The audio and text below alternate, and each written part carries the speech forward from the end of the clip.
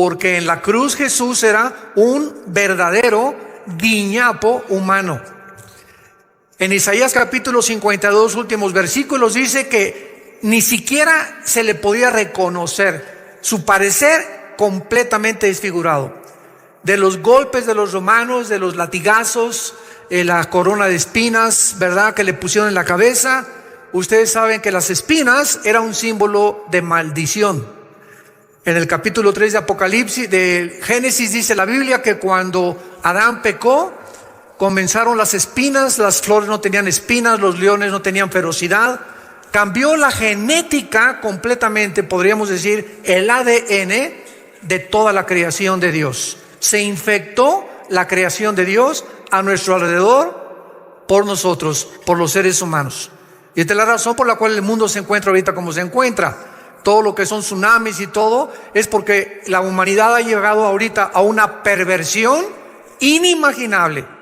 Siempre ha habido degeneramiento, siempre ha habido con Sodoma y Gomorra, que fue la primera historia de perversión sexual, pero nunca la humanidad había llegado al grado de perversión a la que estamos llegando.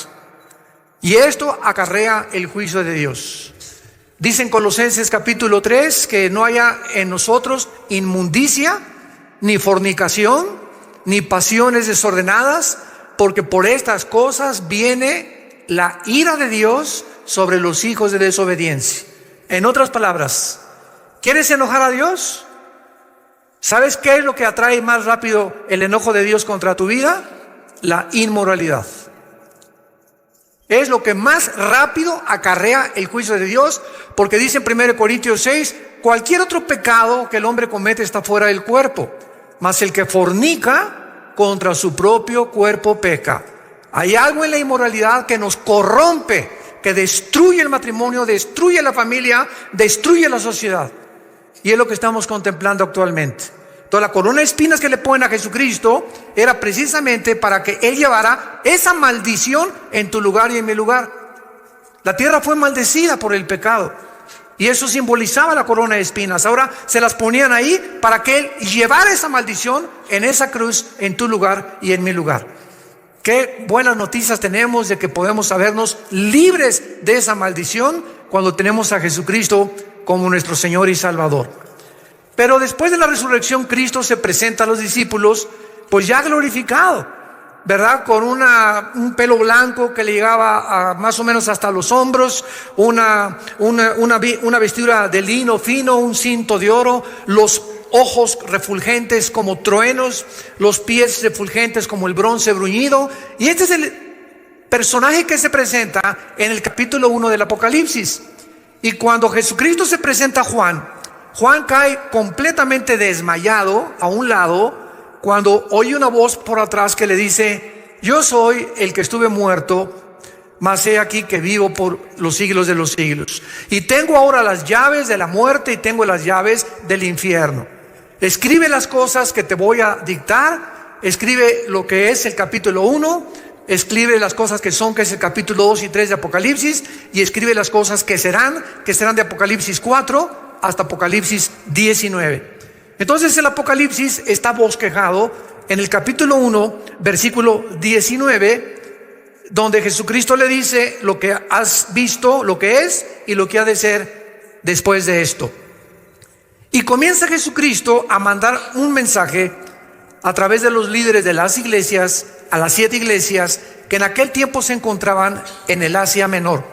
En lo que es casi ahorita todo el Asia Menor, lo que es la parte de Turquía, ahí se encontraban. Y es interesante cuando lleguemos a Pérgamo que Turquía era el centro del trono de Satanás. Entonces vemos nosotros aquí en estos mensajes a las 7 iglesias que el número 7 en la Biblia es el número de lo que está completo, de lo que está perfecto. El 1 es el número de la unidad, el 2 es el número del testimonio. Por eso Jesús los mandaba a los discípulos de 2 en 2. El 3 es el número de la Trinidad. El 5 es el número de la gracia. El 6 es el número de nosotros, porque en el 6º día fuimos creados. Por eso el símbolo del anticristo es 6, 6, 6. O sea, el 6, el número del hombre elevado a la Trinidad, a la deidad. El hombre haciéndose Dios, que fue lo que Satanás le dijo a Eva desde el principio: serán como los dioses. La palabra Elohim es en plural dioses. Entonces Jesús, en el versículo 1 del capítulo 2, le manda a Éfeso la primera corrección, diciéndoles que aunque ellos habían hecho muchas cosas en la iglesia buenas, hay cantidad de gente que hace cosas buenas, que ha comido del árbol del conocimiento del bien y del mal, que no hace cosas malas, no las hace en la energía del espíritu, las hace en la energía de la carne.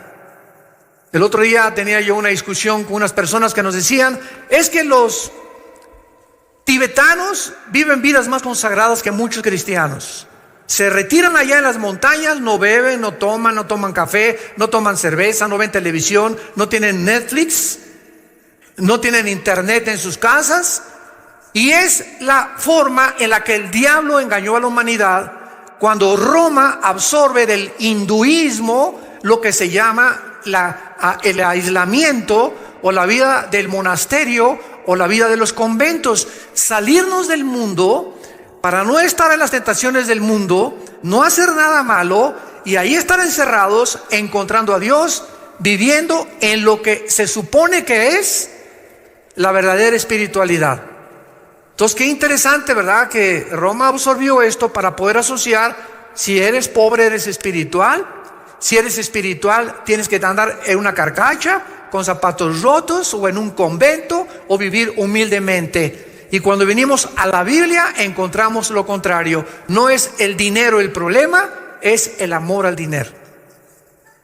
Entonces, Dios no está en contra de los ricos, ni tampoco Dios odia a los ricos. Dios odia que los ricos vivan para ellos mismos, ambicionando y amontonando para ellos. Así hay también pobres que son ambiciosos y que son orgullosos y que son avaros también. Entonces, todos estos misterios y todas estas tinieblas que cubren la mente humana de tantas concepciones completamente equivocadas, venimos a la Biblia y se nos caen las vendas y comenzamos a ver claramente como Dios quiere que nosotros veamos, o tener una cosmovisión adecuada de lo que Dios quiere que nosotros seamos y veamos en el mundo. Y esta iglesia de Éfeso, la primera iglesia, eran iglesias que eran pacientes, testificaban, repartían volantes, trabajaban arduamente, y Dios les dice: han perdido su primer amor. No vale nada de lo que han hecho, porque lo hicieron en la energía de la carne. O sea, hay mucha gente, para concluir, que se consagra exteriormente sin tener una relación con Jesús. Entonces tú puedes hacer muchas cosas porque la carne es muy consagrada, pero solo Dios sabe la motivación por lo cual hacemos lo que estamos haciendo. Y en la iglesia de Esmirna, que es la que nos toca ahora, versículo 8 del capítulo 2, veamos cuál es este mensaje, que es la segunda iglesia a quien Cristo se dirige. Escribe al ángel de la iglesia en Esmirna. Y vemos que en todas las presentaciones Jesús se presenta como se presentó en el capítulo 1 al apóstol Juan. Y le dice a Esmirna: yo soy el primero y el postrero, el que estuve muerto y vivió, dice esto: yo conozco tus obras y tu tribulación y tu pobreza, pero tú eres rico, y la blasfemia de los que se dicen ser judíos y no lo son, sino sinagoga de Satanás. No temas en nada lo que vas a padecer. Aquí echará a algunos de vosotros en la cárcel, para que seáis probados, y tendréis tribulación por 10 días. Sé fiel hasta la muerte, y yo te daré la corona de la vida. El que tiene oído, oiga lo que el Espíritu dice a las iglesias. No sufrirá de la segunda. Y escribe al ángel de la iglesia en Pérgamo, que es la iglesia que sigue en tercer lugar. Veamos en primer lugar que Jesús se dirige a todas las iglesias diciéndoles: yo conozco desde que tú te levantas, ¿qué estás pensando? Yo conozco qué desayunas. Yo conozco a quién ves cuando estás en la calle. Yo conozco tus pensamientos desde lejos. Sé precisamente lo que estás arguyendo, lo que estás planeando, lo que estás conspirando. Yo conozco absolutamente todo todo lo que haces. Y si Dios conoce todo lo que nosotros, muy lógico, como dice el Salmo 139, ni las palabras están en mi boca cuando Dios conoce lo que voy a hablar. Esto es una omnisciencia impresionante que le corresponde solamente a Dios y no la tiene Satanás. ¿Recuerdan ustedes cuando Abraham quiso ofrecer a Isaac en el capítulo 22 del libro del Génesis, que ya que estaba dispuesto a levantar el cuchillo, se levantó un ángel y le detuvo el cuchillo, y entonces el ángel revela uno de los nombres más profundos de la deidad? Y el ángel le dice: ya he visto que temes a Dios, Dios proveerá. Y esta palabra en el hebreo, Yahweh Jireh, significa, y tiene dos significados, porque en el hebreo una palabra tiene 5 o 6 significados, dependiendo el contexto en el que se usa. Entonces la palabra Yahweh Jireh significa Dios proveerá, pero al mismo tiempo que significa que Dios proveerá, también significa Dios ve. En otras palabras, cuando Dios ve tu necesidad, Él va a proveer. Dios no te da lo que tú quieres, ni a mí tampoco. Dios nos da lo que necesitamos. Entonces, si muchos de ustedes ahorita quieren muchas cosas y no las tienen, es porque simplemente Dios sabe que no las necesitas. Porque si las necesitaras, Él las va a proveer. Buscar el reino de Dios y su justicia, y las demás cosas Dios las suplirá, Dios las proveerá por añadidura. Pero si Dios ve que tú estás pidiendo: Señor, pues cámbiame de coche, y me quiero cambiar de casa, y mira que ya nomás tengo un tacuchi y ya se me está envejeciendo, y ya nomás traigo guarache, no traigo zapatos Roberts tampoco, ni tampoco Florsheim para poder predicar o para poder andar en el mundo, simplemente Dios te dice: yo sé que lo necesitas, pero no te lo voy a dar, porque no me buscas a mí primero. ¿Y por qué tiene Dios que nosotros buscarlo primero? Para que Él nos dé lo que necesitamos. Porque si Dios te da lo que tú quieres, aunque lo necesites, pero no lo buscas, te vas a enorgullecer de lo que tienes. Y vas a comenzar a desarrollar en tu corazón lo que se conoce como la ambición o la avaricia. Y vas a convertirte en una persona que crees que te lo mereces. Y cuando comenzamos a creer que nos merecemos lo que tenemos, es cuando comenzamos a volvernos ingratos con el Señor. La iglesia de Esmirna era llamada la corona de Asia por su increíble belleza. Estaba situada a 60 kilómetros exactamente de Éfeso, que es la ruta de todos los comerciantes que venían de la India, de Persia, que es ahora Irán, y de Roma. Fue mundialmente conocida Esmirna por sus escuelas de ciencia, de medicina y los grandes edificios y calles que comenzaron a pavimentar con piedras. Pero ahí en Esmirna se encontraba uno de los ídolos más grandes en un templo que se llamó el dios Baco, que era el dios del placer. O sea, era una iglesia, era una ciudad, llena de inmoralidad, igual que el puerto de Corinto. Y muchos judíos apóstatas comenzaron a comprar propiedades y hacer sus residencias en la ciudad de Esmirna.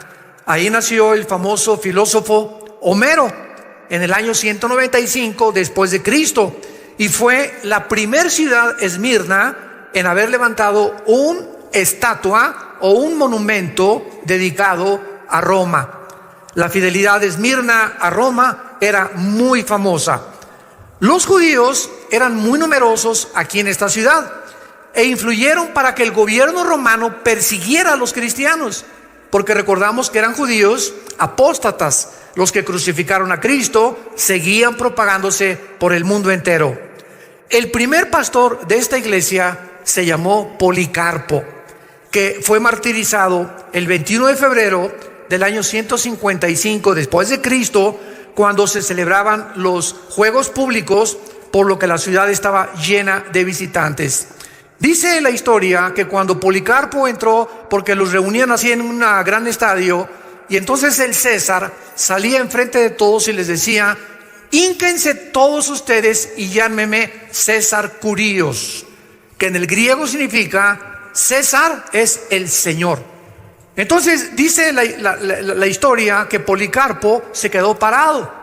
Y entonces el César mandó a uno de los centuriones y le dijo: oye, ¿por qué ese esclavo no se hinca? ¿Y por qué no me rinde el tributo que estoy ordenando? Entonces el centurión se acercó a Policarpo y le dijo: Policarpo, ¿por qué no te hincas? ¿Qué no sabes que el César es el Señor? Y Policarpo le dijo al centurión: dile al César que el único Señor se llama Jesucristo. Entonces apresaron a Policarpo, lo ataron a una hoguera y antes de morir le volvieron a decir: reconoce que César es el Señor. Y Policarpo dijo: han pasado 86 años de mi vida y he dado mi vida por el que dio su vida por mí en una cruz. ¿Cómo habría yo de negarlo en la hora de la muerte? Y murió quemado en la hoguera. Y fue una de las víctimas que comenzaron la persecución, como lo vamos a ver más adelante, de los cristianos en los primeros 3 siglos de la era del cristianismo. Esta persecución, inspirada por Satanás desde luego, involucró a Nerón, que fue el que a Pedro lo crucificó y Pablo fue decapitado en los tiempos de Nerón. Recuerdan ustedes que incendió Roma, Nerón, a propósito, para que pudieran echarle la culpa a los cristianos. En segundo lugar, Domiciano fue el que desterró a Juan a Patmos, que es el que recibió la carta del Apocalipsis. En tercer lugar, el emperador Trajano, que fue el que mató a Ignacio de Antioquía, que lo quemaron en una estaca también. Marco Aurelio asesinó y quemó también a Justino Mártir. Y Diocleciano fue de los últimos, que fue el peor de todos, porque además de matar a los cristianos, ordenó quemar todos los documentos que se encontraban en los apóstoles, o quería quemar las cartas que los apóstoles mandaban a todas las demás comunidades para que pudieran saber qué cosa era lo que Cristo anhelaba con ellos. Damas y caballeros santos de Dios, durante 300 años de la época cristiana, de la era, los últimos 2000 años, los cristianos eran amontonados en pilas, amarraban a perros o a animales a sus espaldas para que los mordieran y los mataran y los enterraran en sus excrementos, los metían en cárceles atados con cadenas, un muerto con uno vivo, para que el muerto comunicara la peste al otro y para que en sus orines y en su excremento murieran. Los colgaron públicamente, a otros los echaron a los leones. Dicen los historiadores como Tulio y como Josefo, que cuando llegaban las bestias y los leones le arrancaban la cabeza a un niño con su mamá y al otro le arrancaban los brazos, ahí en un espectáculo ante el público y ante todos los que gritaban: sí, sí, que los maten, que los maten. Todos los cristianos antes de morir comenzaban a cantar: tu fidelidad es grande, tu fidelidad incomparable es, nadie como tú, bendito Dios, grande es tu fidelidad. Ahí en el último momento, los cristianos sabían que la fidelidad de ellos era para el Hijo de Dios. ¿Cuántos de nosotros en el siglo XXI se avergüenzan de ser cristianos y de dar testimonio en su trabajo, en su bufete, en el hospital, en tu taller, ante tu familia? Y además hasta esconden la Biblia en el avión para que no sepan que la vienen leyendo. Si nosotros no somos capaces de dar testimonio y de vivir para Cristo, tampoco estaremos preparados para morir por Él. Y Dios conoce a esas personas que lo han negado públicamente, que se han avergonzado de Él, y esto es precisamente el consejo que el apóstol Pablo le dio a su discípulo Timoteo en su segunda carta, versículo 8 en adelante: porque no nos ha dado Dios espíritu de cobardía. Antes de que fuéramos cristianos éramos cobardes. Tengo miedo de mi esposo, tengo miedo de mi esposa, tengo miedo de mi jefe de mi trabajo, tengo miedo del gobierno, tengo miedo que mi esposo se muera y yo no tenga ni seguro social, hermano. Tengo miedo de esto. Estábamos llenos de temores, le teníamos miedo al mundo, miedo a la gente, de lo que va a pasar. miedo a mi suegra, miedo a mi compadre, miedo a mis propios familiares. Y cuando el Espíritu Santo viene a nuestras vidas, es precisamente para erradicar ese temor y sacarlo fuera de nosotros. No nos ha dado Dios un espíritu de cobardía. El Espíritu Santo entra en nuestra vida para enfrentarnos a un mundo hostil a nosotros. Y muchas veces la misma persecución comienza en nuestra propia familia. No ha habido ninguna persona que se haya convertido que no haya sido perseguido por su propia familia. En nuestra familia principalmente recuerdo cuando mi hermano Alejandro se convirtió, él fue el primero. Inmediatamente ya te cambiaste de religión. Yo fui el primero en perseguir a mi hermano. Es más, un día estuvo hasta dispuesto. Llegó con 2 o 3 cristianos. Yo andaba con una pistola Brownie 9 milímetros desde los 15 años aquí atrás de mi pantalón. Se la puse a mi hermano y a los cristianos y les dije: si ustedes llegan a mi casa otra vez, los mato. Así de enchamucado estaba yo. El gadareno era Pinocho comparado. Y mi hermano, me acuerdo que sudando y viéndome, ¿verdad? Mi hermano Alejandro, que es el director ahorita de LITI, me dijo: así me lo dijo, ¿verdad? Si tú mantienes esa actitud, hermano, te vas a ir al infierno. Dije: no me voy a la misión del infierno. Pero después, cuando Dios me toca, me convierto yo. Después vienen mis hermanas. Y ahorita, ¿verdad? Gracias a Dios, mamá, que tiene 92 años, fue la última en convertirse. Pero Dios alcanza a toda tu familia si tú aguantas la persecución. Si no te acobardas, porque no nos ha dado Dios espíritu de cobardía. Y lo dice la Biblia, es un espíritu de poder. Es un espíritu de amor, de compasión por los demás y de dominio, donde necesitamos comenzar a gobernarnos a nosotros mismos. Gobernar nuestra ira, gobernar nuestra idea de venganza, nuestra amargura. Si no nos gobernamos a nosotros mismos en todas esas cosas que nos hacen daño, no vamos a poder manifestar ni comunicar el amor de Cristo a los demás. Y le dice Pablo a Timoteo: por tanto, no te avergüences de dar testimonio de nuestro Señor, ni de mí preso suyo, sino participa de las aflicciones por el Evangelio según el poder de Dios. Recuerden ustedes, dice Filipenses, Dios nos llamó no solamente a creer en Él, sino también a sufrir por Él. Y el sufrimiento comienza en la casa, con la familia. Ahí comienza. Porque te va a perseguir tu abuelita, te va a perseguir tu mamá, te va a perseguir tu suegro, te va a perseguir tus hermanos. Siempre habrá tus amigos. En el momento que tú haces el paso y dices: quiero seguirte, Jesús, viene el diablo a ver si es cierto. Vamos a mandarle pruebas. Y si tú pasas esas pruebas de la persecución, escúchame con todo tu corazón. Si tú pasas esas pruebas de la persecución y resistes y te mantienes inmaculado, te mantienes firme en tus convicciones, demuestra que has nacido de nuevo. ¿Cómo puedo ser que soy un cristiano en medio de la persecución? Si comienzas a avergonzarte y a arrinconarte: bueno, soy cristiano, ¿verdad? Pero no soy tan fanático como muchos. ¿Eres de los aleluyas? Sí, pero yo no digo aleluya en la iglesia, ni levanto las manos tampoco. Soy un poco más moderado. Y comienzas y te comienza la gente: sí, diles, ¿y qué? Tú cuando vas y gana el América, levanta las 2 manos. Y a mí me vienes a criticar porque la iglesia las levante yo, por el amor de Dios. Veamos nosotros pues en el libro de Hebreos capítulo 11, Hebreos 11, cómo se describe la persecución de la iglesia en los primeros 300 años del cristianismo. Dice versículo 36 del capítulo 11 de Hebreos: otros experimentaron vituperios y azotes, y más a esto prisiones y cárceles, fueron apedreados, aserrados, puestos a prueba, muertos a filo de espada, anduvieron de acá para allá cubiertos de pieles de ovejas y de cabras, pobres, angustiados, maltratados. Y tú aquí en Metepec, tranquilo, quejándote.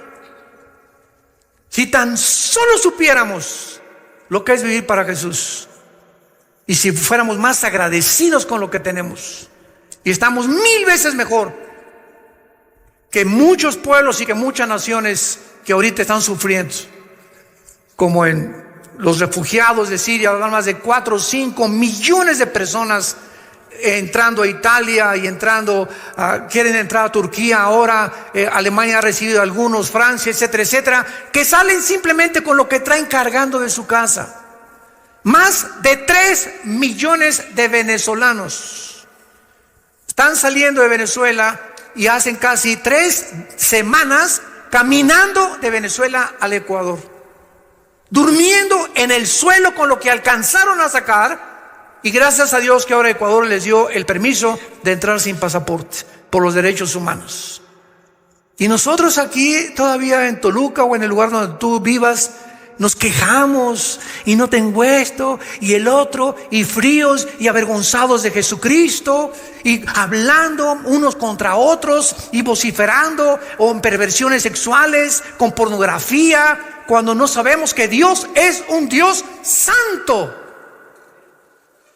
que anhela de nosotros lo más precioso que podemos sacar. Dice Jeremías: si tú sacas lo vil de ti, te usaré, dice el Señor, y te restauraré y te mostraré que es necesaria la santidad para que podamos ser usados por Dios y podamos ser bendecidos por Dios. Y todos estos cristianos anduvieron de acá para allá, angustiados, maltratados, de los cuales el mundo no era digno, errando por los desiertos, por los montes, por las cuevas y por las cavernas de la tierra. Y todos estos, aunque alcanzaron buen testimonio mediante la fe, no recibiendo lo prometido, proveyendo Dios alguna cosa mejor para nosotros, para que no fuesen ellos perfeccionados aparte de nosotros. Ellos murieron y nunca tuvieron su coche, muchos no se llegaron a casar, muchos no lograron formar una familia, muchos ni siquiera alcanzaron a tener nunca una cuenta en el banco, y todas las cosas que anhelamos, por las cuales la mayor parte de la sociedad lucha y persigue, ellos murieron sin nada de esas cosas. ¿Por qué? Porque Dios dijo: no les voy a dar a ustedes lo que les voy a dar después de esta vida. No se va a comparar las aflicciones con las bendiciones que tengo para ustedes en la otra vida. Y esa es la esperanza que nos mantiene y que nos sostiene. Como me dicen, han llegado jóvenes que me dicen: ay, hermano, ¿y si viene el rapto y no me caso? Pues ¿y qué que no te cases? Que para ti es lo máximo casarte, ¿eh? No te la vas a acabar con el Rambo que Dios te va a dar en otra vida, o con el gansito marinela que Dios te va a dar. Hay que en la otra vida vamos a poder seguir teniendo familia, en el milenio vamos a seguir reproduciéndonos. Isaías 65 y 66. Ya no daremos luz para maldición. Es en la eternidad cuando ya entraremos a otra dimensión en la que ya se acabó todo eso. Pero todavía en el milenio, que van a ser las vacaciones de nosotros, vamos a seguir teniendo familia y vamos a tener hijos todavía, pero con la bendición de que ahora nadie nos podrá robar lo que Dios nos ha dado. Muy bien, regresamos a Apocalipsis, y dice aquí en el capítulo 2, versículo 8, la descripción que hace Jesús de él. Número 1 dice: yo soy el primero y el postrero, el que estuvo muerto y vivió, dice esto. ¿Saben ustedes qué es la eternidad? Alguien me ha dicho: oiga, ¿usted cree en el infierno? Claro que creo en el infierno. Pero ¿usted cree que las almas van a ser sufriendo y van a estar por toda la eternidad sufriendo? Le dije: mira, tu concepto está en no entender qué es el tiempo. La eternidad es una dimensión en la cual tú y yo ahorita no estamos viviendo, más que interiormente en el Espíritu pertenecemos a la eternidad, para que me comprendas. Entonces, la eternidad es la dimensión donde el Padre, el Hijo y el Espíritu viven. La eternidad. Escúchame, en la eternidad no existe el tiempo. Se te van a fundir los fusibles, yo lo sé. En la eternidad no existe el tiempo, porque para Dios no existe el pasado, para Dios no existe el futuro, para Dios existe el presente. Yo soy el que soy. Así se reveló Dios a su pueblo, porque para Él es hoy. Él es el que es y el que siempre será. Ahora muy bien, en la eternidad Dios introdujo el tiempo. Génesis 1, versículo 1. En el principio, ¿qué principio?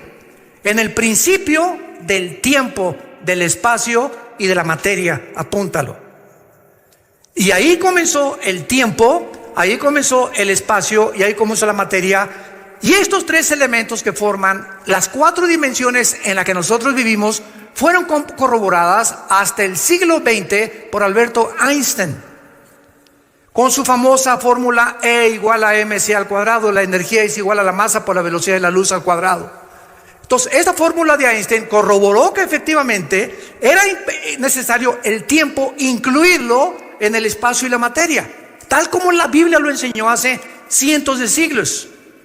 Ahora, muy bien, este tiempo en el que tú vives va a tener un fin. Y este fin está en Apocalipsis capítulo 21, cuando se acabe el milenio. Ahorita estamos en la época de la iglesia. Después siguen los 7 años de la tribulación, que ya no vamos a estar aquí. Después viene la segunda venida de Cristo con un milenio, que es las vacaciones del cristiano. Al final del milenio, Satanás sale de su prisión, organiza la última rebelión, Apocalipsis 20. Viene el juicio del gran trono blanco, versículo 11 al 15, Apocalipsis 20. Y después del milenio, porque en el milenio va a haber muerte, en el milenio va a haber pecado, hasta el capítulo 22 del Apocalipsis, dice la Biblia, y ya no habrá maldición. Porque la muerte entró como la maldición, por lo cual nos rebelamos contra Dios. La muerte es una consecuencia de la naturaleza humana rebelde contra su Creador. Entonces, hasta el capítulo 22 entramos a la Nueva Jerusalén, que va a bajar del cielo. La Nueva Jerusalén no va a bajar en el milenio. En el milenio vamos a vivir en la tierra, labrando como en el huerto del Edén. Pero en el capítulo 22, en la eternidad, baja la Nueva Jerusalén y vamos a vivir dentro de la Nueva Jerusalén, todos los cristianos y el Antiguo Testamento, los santos del Antiguo Testamento. Y ahí entramos a la eternidad. Entonces, cuando hablamos nosotros que un alma va a sufrir por los siglos de los siglos, creemos que el tiempo es así. El tiempo comenzó y va a sufrir por los siglos de los siglos de los siglos. Para nosotros la eternidad es esto. Y estamos equivocados porque esa no es la eternidad. Ese es el tiempo. La eternidad no está en el tiempo. Cuando venga Cristo, desaparece el tiempo. Así que lo más lógico y probable, ¿verdad?, es que esas almas condenadas en el infierno, condenadas en el lago de fuego, van a llegar al momento en el que Dios decidirá qué hacer con ellas, pero pasarán el lago de fuego. Pero no es por los siglos de los siglos de los siglos, porque los siglos de los siglos de los siglos se acaba cuando termina el tiempo. ¿Aprendieron algo? En 6 meses lo vas a entender. Bueno, cuando Jesús dice yo soy el primero y yo soy el último, Jesús está diciendo yo soy el que inicia tu vida, yo soy el que termina tu vida. El que comenzó la obra la terminará. Él es el autor y el consumador de la fe. Él es el primero desde el principio que inició el tiempo, porque Él es eterno y entra al tiempo el Hijo de Dios para manifestarse con nosotros, y Él es el último. Ahora síganme con mucho cuidado. Si Jesucristo es el primero y todo lo que ha pasado en el Antiguo Testamento se ha cumplido, sobre todo en el siglo XX, y Jesucristo es el último, ¿dónde estamos nosotros? ¿Perdón? Estamos aquí. Si Él es el primero y Él es el último y todavía no llegamos a lo último, estamos aquí. Ahora muy bien, si Él dice que Él es el primero y el que murió y venció la muerte y ha resucitado, y ahora nosotros nos encontramos aquí, estamos mirando hacia la cruz, hacia el pasado, y estamos mirando al Jesús que viene por nosotros, porque si Él resucitó en el pasado y Él es también el último, eso significa que nosotros también volveremos a vivir con Él. Que lo que Él dijo del futuro es igual de cierto que lo que Él dijo del pasado. Entonces es maravilloso como Él se revela a esta iglesia, que esta iglesia es la única, esta Esmirna, con otra iglesia que no les llama al arrepentimiento. Y veamos por qué. Dice el versículo 9, yo conozco tus obras y conozco tu tribulación y tu pobreza, pero tú eres rico, y la blasfemia de los que se dicen ser judíos y no lo son. En primer lugar, esta iglesia era una iglesia atribulada, perseguida y además pobre. La palabra tribulación, tilipsis en el griego, significa presiones de diversas circunstancias. Si yo te pregunto ahorita, ¿estás pasando alguna tribulación? Tú me contestarías, no, ninguna, hermana o hermano. Yo te contestaría, pues eres ser un querubín. Porque no hay ningún ser humano que tú le puedas preguntar que no tiene alguna presión de alguna índole en su vida, en la vida que nosotros estamos atravesando. Estamos en un mundo así. Estamos en medio y es un mundo que nos quiere apretar y primero traiciones, persecuciones, hablan mal de ti, te maldicen, pornografía, inmoralidad, es como un imán que nos jala el mundo y nos quiere sacar de este libro y si nos despegamos de este libro ya estamos en el mundo y ya no tenemos el poder del Espíritu Santo para poder resistir. Unidos a la palabra y unidos a Jesús todos los días, el mundo no tiene influencia sobre nosotros. En otras palabras, si tu condición interna espiritual está blindada, si interiormente tú tienes todos los días comunión con Jesús y estás cerca de su palabra, te blindas internamente para que la presión de afuera no entre a ti. Pero si tú dejas de tener contacto con este libro y con el Señor Jesucristo todos los días, ¿qué es lo que va a pasar? Te sales completamente de la cobertura de Dios, porque el ángel de Dios acampa alrededor de los que le temen. Y si tú no vives en la palabra y no vives con Jesús, no puedas decir ni atreverte que tú temes a Dios, porque lo estás tomando como una persona mentirosa. Porque si tú no lees la palabra ni lees con Jesús y te dices cristiano y no crees que necesitas una relación diaria de comunión con Jesucristo en el secreto del Señor, no eres cristiano, eres religioso. Y vas a hacer muchas cosas del cristianismo que hasta los monjes, repito, y hasta los que están en los conventos hacen mejor que nosotros. ¿Por qué? Porque tu energía es de la carne y no es del espíritu. Es importante que recordemos algo. Cuando pensamos en el desierto, ¿en qué pensamos? El desierto fue un lugar vacío, desolado, rocas, lagartijas hay de vez en cuando que se aparecen. No hay ruido, no hay nada. Cuando pensamos en el desierto, esto es lo primero que viene a nuestra mente. ¿Saben ustedes cuál es la palabra hebrea para desierto? Mid, M de mamá, y latina, D de David. Bar. Mid, bar. Nadie apunta, qué buena memoria tienen todos. Sin embargo, la palabra bar viene de la palabra abar. Abar, que significa en el hebreo palabra. Entonces, el desierto es un lugar santo. El desierto es la escuela más grande que Dios tiene para nosotros. Síganme con mucho cuidado. Y cuando hablamos nosotros que Dios llamó a Moisés 40 años al desierto, a no ver ni Netflix, ni televisión, ni internet, ni nada. Cuando llamó 40 días a Elías y 40 días a Jesucristo a aislarse durante ese tiempo, ¿por qué lo hizo Dios? Porque el desierto es un lugar santo, porque es el único lugar donde no tenemos distracciones. En Jeremías 23 dice el profeta, ¿quién estuvo en el secreto de Jehová? Que es el desierto. ¿Quiénes son los que tienen un tiempo diario en su vida, en silencio a las 4, no sé, 5 de la mañana, que horas te levantes, antes que cante el gallo, antes que comiencen a ladrar a los perros, antes que el bebé comience a llorar? ¿Quién es los que están en el silencio sin que nadie los interrumpa? Tu devocional no está ni tu esposa, eso otra cosa es con tu esposa el devocional, otra cosa la reunión de oración. ¿Quién ha estado a solas con Dios diario? Dios nos llama diario al desierto, al lugar donde no tengamos distracciones para que nos pueda hablar.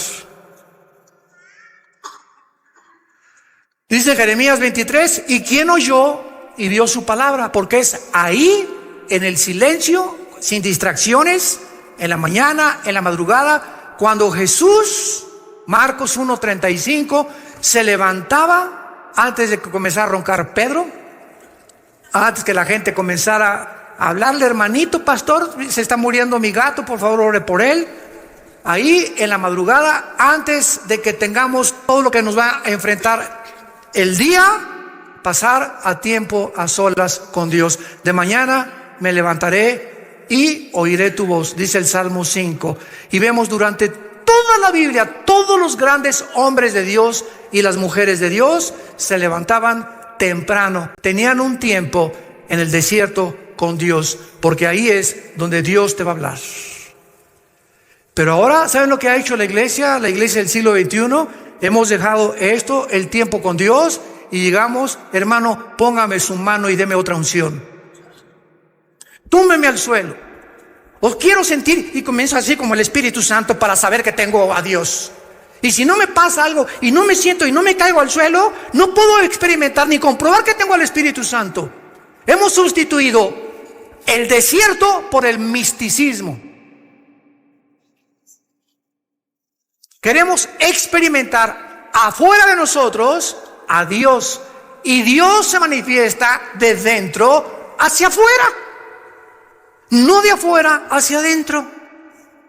¿Quieres experimentar a Dios? En la mañana vete al desierto, reclúyete con Él, y ahí en tu corazón, porque lo tienes dentro del Espíritu Santo, Dios te va a hablar a través de su palabra, Dios te va a sensibilizar a través de su palabra, y tú vas a blindarte interiormente para enfrentar el mundo, tu oficio, tu taller, tu hospital, tu bufete de abogados, el empleo que tengas como maestro o con lo que sea, y podrás enfrentar al mundo, y el mundo no tendrá influencia sobre tu vida interior, porque eres un guerrero, una guerrera de Dios. Solo escuchen esto, estos cristianos van a sobrevivir. Nunca en la historia, jamás, nadie había estado con tantas presiones como la iglesia actual.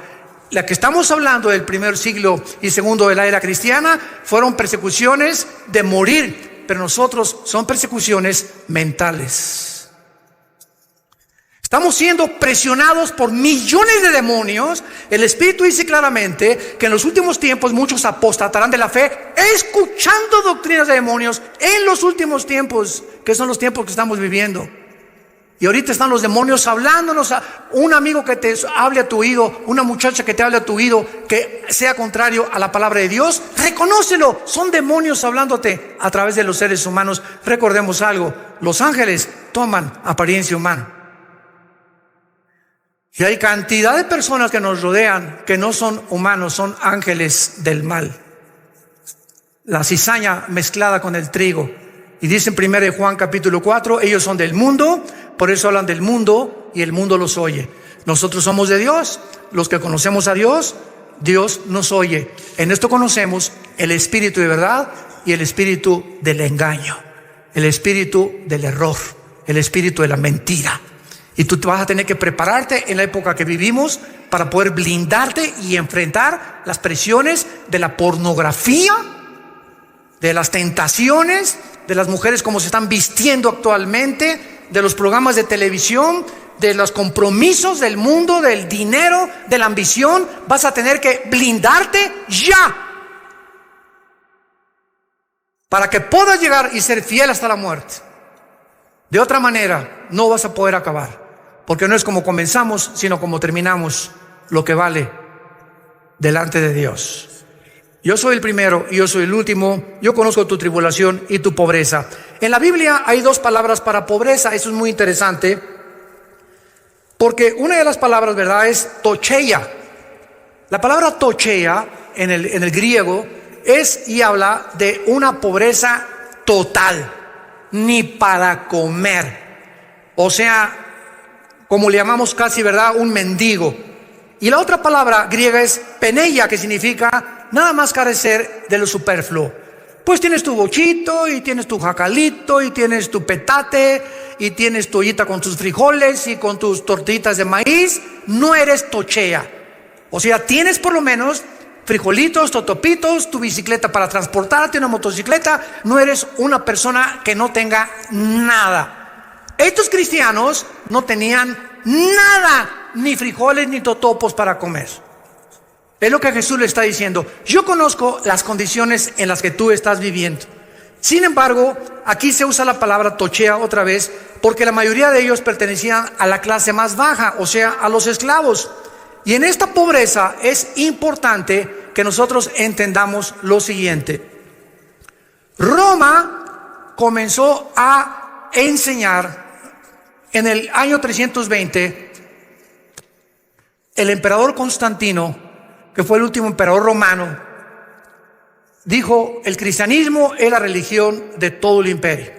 Se acabaron las persecuciones, se acabó el circo romano, se acabó los 3 siglos de persecución contra los cristianos. Sin embargo, se acabó la persecución y entonces Constantino le entregó el poder y Constantino nombró a un pontífice. ¿Quién es un pontífice? La palabra pontífice significa constructor de puentes. Alguien que ya no políticamente, sino religiosamente, decimos en México, es la misma gata, pero revolcada. Entonces, vean esto, el gobierno político romano deja de ejercer el poder político y se convierte en un poder religioso, y a través de la religión, Roma durante los últimos 18 siglos manejó, gobernó y controló la política de Europa. Ninguno de los reyes, ninguno de los gobernantes de Europa ni siquiera se podía casar sin el permiso del Vaticano. Entonces, durante todo este tiempo, la Biblia se cierra. Se cerró la Biblia y hasta 1961 apunta en todas estas fechas. A mí no me digas nada ni te enojes conmigo, yo nada más te comunico lo que la historia dice, en cualquier parte lo puedes encontrar. Hasta 1961, el Papa que ha sido de los mejores de Roma, Juan XXIII, uno gordito con una cara muy simpática, abre la Biblia y cuando abre la Biblia comienza...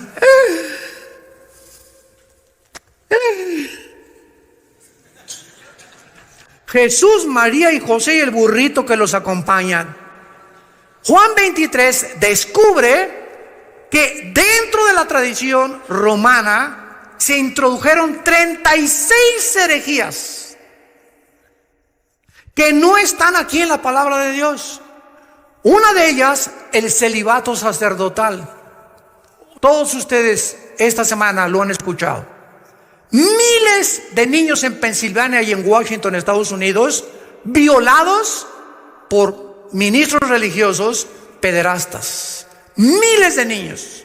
Y sigue la mata dando ahora en Inglaterra y en Irlanda. Ya están saliendo también las escuelas de monjitas, ¿verdad? Violadas. ¿Y todo por qué? Porque ya el momento en que Roma dice, tú quieres servir a Dios, no debes de casarte. Cuando la Biblia, la misma Biblia, Torres Amad, Nácar Colunga y la de Jerusalén, que son traducciones católicas, en estas mismas Biblias se le enseña 1 Timoteo capítulo 3 que los supervisores de la iglesia, que los ministros de la iglesia, que los curas de la iglesia, como le quieras llamar, sean casados, padres de familia, para evitar la fornicación precisamente. Y todos estos miles de curas o sacerdotes, como les llaman, aunque no son sacerdotes bíblicamente, ¿qué hacen, verdad? Pues buscan a niños, porque se les prohíbe casarse y con alguien tienen que desencadenar algo que por naturaleza es santo, que es el sexo. Pero Dios permite el sexo en el matrimonio, no fuera del matrimonio. Entonces vemos que lo que está pasando es contra natura por algo que fueron y comunicaron ajeno a la palabra de Dios. Y en segundo lugar, comenzaron a decretar de que si tú eres siervo de Dios o quieres ser padre y quieres ser cura, yo se los digo porque yo quise ser sacerdote a los 14 años de edad. Fuimos educados en colegio lasallistas, mi hermano y yo. A los 13 años me convencieron que yo tenía que ser cura y me metí a un noviciado en Acapulco. Ya les conté el testimonio algún día, ¿verdad? Que cuando vi por ahí una güerita, parecía a mi esposa, a lo mejor fue ella misma, ¿verdad? Soñé con ella y le hablé a mi papá y le dije, ¿sabes qué? Cuando me dijeron, tú no te puedes casar, tienes que hacer voto de celibato, dije, ahí se ven, para no decir otra cosa, porque a mí me gustan las mujeres. Mi papá estaba feliz, ¿verdad? Brincó el gusto, él no quería que yo me involucrara ahí, éramos muy católicos, pero mi papá no quería que yo me involucrara ahí, tal vez porque también tenía ya sus dudas, y entonces se obligó, ¿verdad?, a que no se casaran y se obligó a ser pobres. Y si vas a ser cura, no te cases. ¿Por qué? Porque si te casas, tienes familia, tienes hijos y ya no tienes dinero para mandar al Vaticano. Lo vas a ganar en tu familia. Y si eres soltero y no te casas, el dinero lo mandas a Roma. Y Roma se convierte, y hasta ahorita es el centro de la riqueza más grande del mundo entero. Un solo cuadro de Leonardo da Vinci, que tú vayas al Vaticano y lo veas, Y las pinturas o las esculturas de Miguel Ángel valen 50, 100 millones de dólares que podrían alimentar a una población completa de una nación. Ya no quiero seguir hablando, pero dice la Biblia, ser pobre no significa que Dios esté en contra de ti. Yo conozco tu pobreza porque ahora vean ustedes, Roma dice no, para ser espiritual tiene que ser pobre. Fíjense lo que es el diablo. Y ahorita en los últimos 30 años de la iglesia cristiana, ¿saben lo que se comenzó a predicar? La teología de la prosperidad. Ahora no, ahora tú necesitas para ser espiritual y para ver que Dios te bendiga, tener una iglesia con candeleros de oro, cortinas persas, alfombras persas. Y si eres pobre es porque no eres próspero y porque Dios no te bendiga. Estás bajo una maldición. Y se llevó al extremo. Ahora para ser espiritual necesitas ser ricos, porque si no eres rico no tienes la bendición de Dios. Eso, ¿dónde está en la Biblia? Y en 1 Timoteo capítulo 6 terminamos. El apóstol Pablo termina diciéndole con mucha sagacidad y espiritualidad a su discípulo Timoteo. 1 Timoteo capítulo 6 versículo 17. A los ricos de este siglo manda que vendan todo. ¿Eso dice? Dios no está en contra de las riquezas, por el amor de Dios. Mándalos que no sean altivos nada más, que no sean orgullosos, porque es lo que hace el dinero muchas veces, te envanece, te enorgullece y llegas a creer que no necesitas ya ni a Dios. Y es el problema de muchos ricos, por lo cual no vienen a Dios, ni a Cristo, ni a la cruz, porque no necesitan nada. Yo no necesito a Jesús si tengo todo. Este es el problema, pero no es el dinero, es el amor que le tienen a las riquezas. Que no sean altivos, ni pongan la esperanza en las riquezas, las cuales son inciertas, sino en el Dios vivo que nos da todas las cosas en abundancia para que las disfrutemos. Si tienes un Ferrari el lunes y un Lamborghini el martes y un Bentley el miércoles y un Corvette el jueves, ¿no está contigo Dios? Ni los pobres también, esos ricos tienen la culpa, que fue la teología del evangelio y del comunismo que se propagó en Latinoamérica, esos imperialistas yanquis, y por la envidia de los ricos nosotros estamos así. No es cierto, no fue así, es una mentira del diablo. Entonces no tenemos por qué, eso fue lo que Marx creyó, derribemos a la clase de la burguesía y el proletariado podrá repartir las riquezas. Y cuando los pobres alcanzan ese puesto y derriban a los que creen ricos, echándole la culpa que su pobreza es por esos ricos que están después de ellos, repiten el mismo error. Porque el problema no es el dinero, es el corazón del hombre. Y esto es lo que la Biblia nos da: ecuanimidad, equilibrio en las cosas que nos deben de gobernar, para que nos convirtamos en luz y lo anunciemos al mundo, a los diputados, a los gobiernos, a las familias, a los médicos, a los abogados, a los científicos, a la persona que se enfrente, porque la Biblia hace pedazos todos los sistemas de filosofía que el mundo ha inventado. Padre, te damos gracias en esta mañana por tu palabra. Te damos gracias, Señor, porque tú eres el primero y tú eres el último. Tú conoces el principio y conoces el fin. Y tú estuviste muerto. Y estos cristianos de esta iglesia de Esmirna les animó que tú les dijeras eso.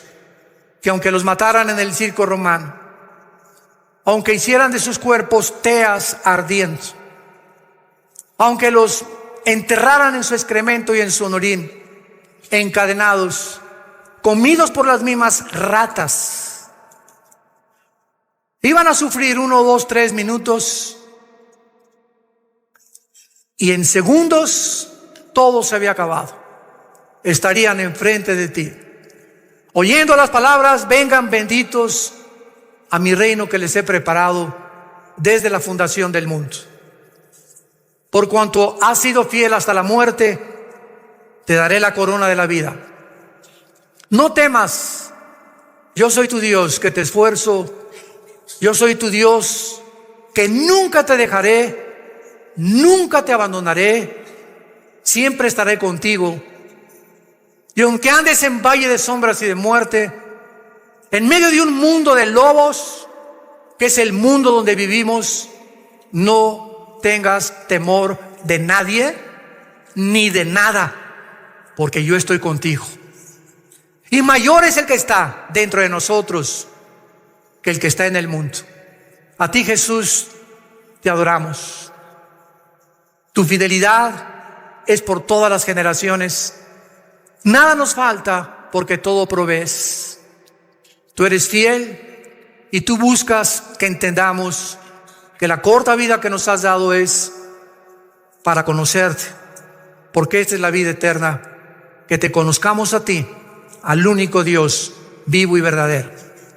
En esta mañana extendemos una invitación a todos los que nos ven por la televisión, nos escuchan por las redes sociales, a que si tú no tienes a Jesucristo en tu vida, o muchos de ustedes que se han dicho cristianos, inclusive asisten a muchas iglesias cristianas, pero no tienes una relación con Cristo, has negado a Jesús, te has avergonzado de Él con tus amigos, con tus amigas, en el lugar de tu trabajo, que te arrepientas, arrepiéntete. Porque estas 7 iglesias del Apocalipsis, 5 necesitaban arrepentirse, menos esta, la de Esmirna, que fue hallada fiel hasta la muerte. Arrepiéntete y dile: Señor, perdóname mis pecados, mi vergüenza, mi cobardía. Tal vez es porque no tengo tu Espíritu Santo. Oh Dios, creo que la cruz pagaste con tu sangre por mis pecados, que a los 3 días resucitaste de los muertos, y te pido que entres a mi corazón como mi Señor y mi Salvador. En el nombre